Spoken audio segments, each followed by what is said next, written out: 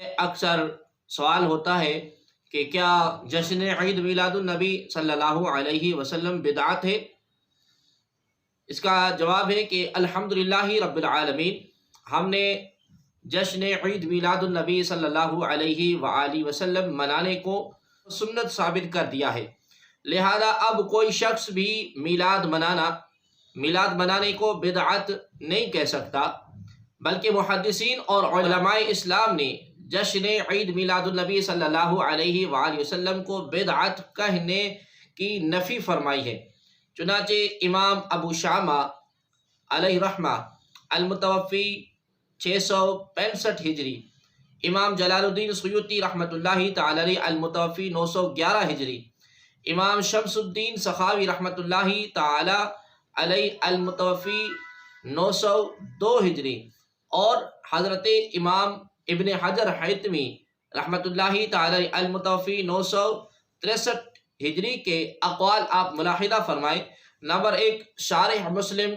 امام نووی رحمۃ اللہ تعالی علیہ المتوفی 665 ہجری کے شیخ امام ابو شامہ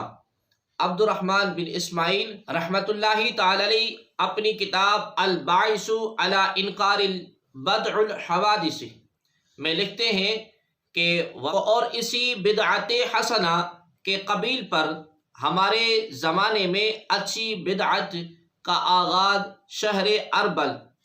خدا تعالیٰ اسے حفظ اور امان عطا کرے، میں کیا گیا۔ اس بابرکت شہر میں ہر سال میلاد النبی صلی اللہ علیہ وآلہ وسلم کے موقع پر اظہار فرحت اور مسرت کے لیے صدقات خیرات کے دروازے کھول دیے جاتے تھے۔ اس سے جہاں ایک طرف غرباء اور مساکین کا بھلا ہوتا ہے، وہیں حضور پر نور صاحب الاولاق سیدنا آقا نامدار صلی اللہ علیہ وآلہ وسلم کی ذات گرامی کے ساتھ محبت کا پہلو بھی نکلتا ہے، اور پتہ چلتا ہے کہ اظہار شادمانی کرنے والے کے دل میں اپنے نبی پاک صلی اللہ علیہ وآلہ وسلم کی بے حد تعظیم پائی جاتی ہے، اور ان کی جلالت و عظمت کا تصور موجود ہے، گویا کہ اپنے رب کا شکر ادا کر رہا ہے کہ اس نے بے پایاں لطف احسان فرمایا، اپنے محبوب رسول صلی اللہ علیہ وسلم کو ان کی طرف بھیجا جو تمام جہانوں کے لیے رحمت مجسم ہے اور جمیع انبیاء اور رسول پر فضیلت رکھتے ہیں۔ شیخ ابو شامہ شاہ اربل مظفر ابو سعید کبریٰ کی طرف سے بہت بڑے پیمانے پر میلاد شریف منائے جانے اور اس پر خطیر رقم خرچ کیے جانے کے بارے میں اس کی تعریف کرتے ہوئے فرماتے ہیں، بحوالہ سبل الہدی ورشاد فی سیرت خیر العباد، جلد نمبر اول صفحہ نمبر 363، کہ اس نیک عمل کو مستحب گردانا جائے گا اور اس کے کرانے والے کا شکریہ ادا کیا جائے گا اور اس پر اس کی تعریف کی جائے گی۔ ناظرین محترم، اسی طرح 9ویں صدی کے مجدد امام جلال الدین سیوطی رحمۃ اللہ تعالی علیہ اپنی کتاب حسن المقصد فی عمل المولد کے صفحے نمبر 3 پر فرماتے ہیں کہ رسول اللہ صلی اللہ علیہ وآلہ وسلم کا میلاد منانا، واقعات بیان کرنا، ضیافت کرنا، یہ آپ کریم صلی اللہ علیہ وآلہ وسلم کی تعظیم میں سے ہے۔ اس اہتمام کرنے والے کو میلاد پر اظہار فرحت کی بنیاد پر ثواب سے نوازا جاتا ہے۔ آپ پوری وہ عبارت سماعت کریں کہ جس میں امام جلال الدین سیوطی رحمۃ اللہ تعالی فرماتے ہیں کہ ان اصل علی المولد الذي هو اجتماع الناس وقرأة ما تيسر من القرآن ورواية الأخبار الواردة في مبتدا امر النبي صلى الله عليه وسلم وما وقع في مولده من الآيات ثم يمدلهم سماطايا يقولونه وينصرفون من غير زيادة على ذلك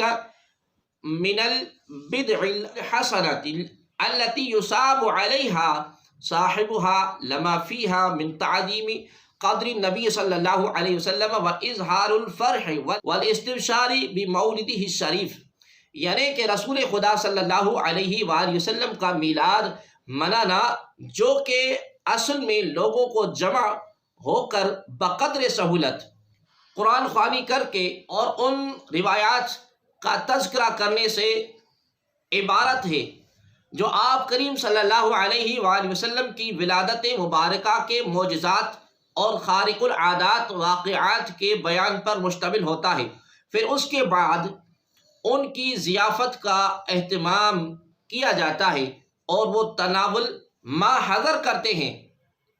اور اس بدعت حسنہ میں کسی اضافے کے بغیر لوٹ جاتے ہیں، اور اس اہتمام کرنے والے کو حضور صلی اللہ علیہ وآلہ وسلم کی تعظیم اور آپ کریم صلی اللہ علیہ وآلہ وسلم کے میلاد پر اظہار فرحت و مسرت کی بنا پر ثواب سے نوازا جاتا ہے۔ بحوالہ حسن المقصدی فی عمل المولدی، صفحہ نمبر 41۔ نمبر 3، امام شمس الدین سخاوی علیہ رحمہ، المتوفی 902 ہجری۔ امام شمس الدین محمد بن عبد الرحمن سخاوی اپنی فتاویٰ میں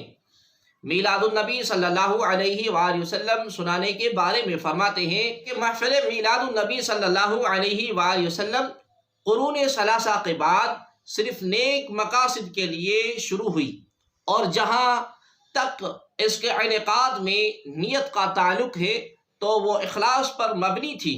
پھر ہمیشہ سے جملہ اہل اسلام تمام ممالک اور بڑے بڑے شہروں میں آپ صلی اللہ علیہ وآلہ وسلم کی ولادت باسعادت کے مہینے میں محافل میلاد منعقد کرتے چلے آ رہے ہیں، اور اس کے معیار اور عزت و شرف کو عمدہ ضیافتوں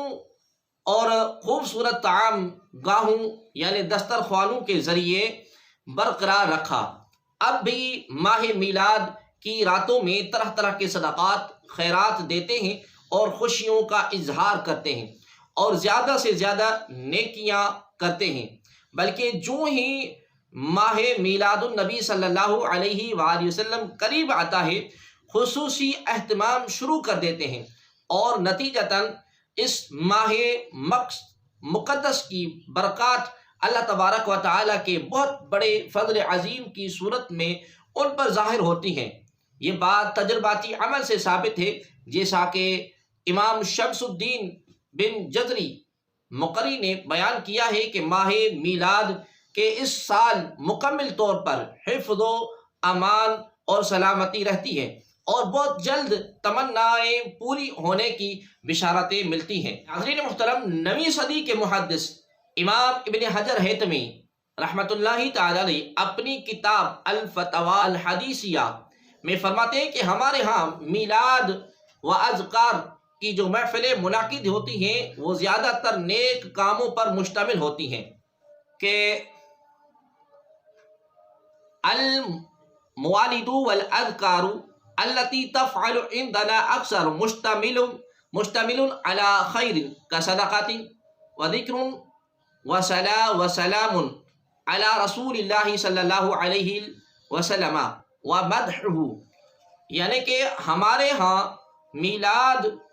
و اذکار کی جو محفلیں منعقد ہوتی ہیں وہ زیادہ تر نیک کاموں پر مشتمل ہوتی ہیں، مثلا ان میں صدقات دیے جاتے ہیں، یعنی غرباء کی امداد کی جاتی ہے، ذکر کیا جاتا ہے، حضور عالم صلی اللہ علیہ وآلہ وسلم پر درود و سلام پڑھا جاتا ہے، اور آپ کریم صلی اللہ علیہ وآلہ وسلم کی مدح کی جاتی ہے۔